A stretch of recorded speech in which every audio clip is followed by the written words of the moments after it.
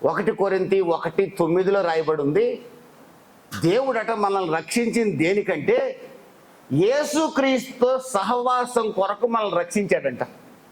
ఏమండి, దేనికి రక్షించాడండి? యేసుక్రీస్తుతో సహవాసం కొరకు మనల్ని రక్షించాడు. హెబ్రీ 10:24 సమాజంగా కూడుకోండి, థ్యాంక్స్ గివింగ్స్ మీటింగ్స్ పెట్టండి, చర్చిలో సమాజంలో చర్చికి ఎప్పుడు మిస్ కాకండి, సమాజంగా కూడుకోనటం మానకండి.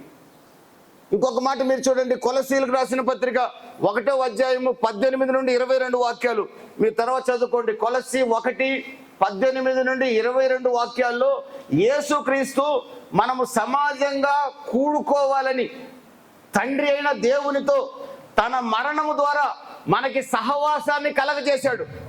యేసుక్రీస్తు మరణం ద్వారా మనకు తండ్రి అయిన దేవునితో సహవాసం కలిగింది. యెషయా 59:2 ప్రకారం ఒక రోజున దేవుడు మన ముఖం చూడటానికి కూడా ఇష్టం లేదు ఆయనకి. కారణం మన పాపాల వల్ల దేవుడు మన ముఖాన్ని చూడలేకపోయేవాడు. యెషయా గ్రంథం 1వ అధ్యాయం 15వ వాక్యం నుంచి మీరు చూస్తే మనం చేతులెత్తి ప్రార్థన చేస్తుంటే దేవుడు అంట కళ్ళు మూసుకునేవాడు అంట, అసహ్యమైన నీ చేతులు నేను చూడలేనురా అని. కారణం పాపం. నా మాటలన్నా విను ప్రభువా, నీ మాటలు నేను విననురా, నా చెవులో నేను దూదులు పెట్టుకుంటున్నాను అంటున్నాడు దేవుడు. మన మాటలు కూడా వినాలంటే ఆయనకు అసహ్యమంట, కారణం పాపం. మనల్ని చూడ్డు, మన మాట వినడు. మన ముత్తాతని ఆదాముని ఏదెన్ తోటలో నుంచి బయటికి గెంటేశాడు. అంత దుర్మార్గులం మనం. కానీ యేసుక్రీస్తు తన మరణము ద్వారా, పరిశుద్ధుడైన యేసు తన మరణము ద్వారా తాను పాప ముద్దగా మారి 2 కొరింథీ 5:21 ప్రకారం 2 కొరింథీ 5:21 ప్రకారం తాను పాప ముద్దగా మారి, గలతీ 3:14 ప్రకారం తాను శాపమై యేసుక్రీస్తు శాపమై ఈ రోజున దేవునితో మనకు సహవాసం కలగజేశాడు. దేవునితో సహవాసం కలగజేస్తే ఆదివారం నాడు కొత్త అల్లుడు వచ్చాడు, నేను మందిరానికి రానంటావా? మనవరాలు పుట్టింది, నేను మందిరానికి రానంటావా?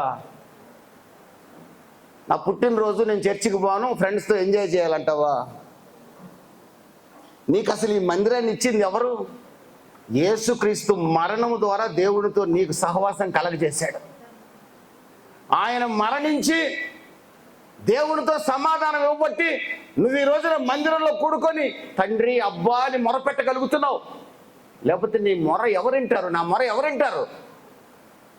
నీ కొరకు నా యేసు పంచగాయాలు పొందాడు, ఆకాశానికి భూమికి మధ్య 3 మేకుల మధ్యలో వేలాడాడు.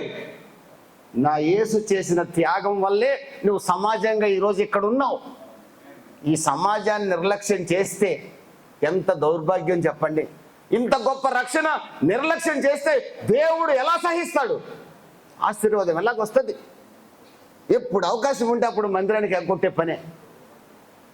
కృతజ్ఞత అర్పణలు చెల్లించేవాడు ఈ పని చేయకూడదు.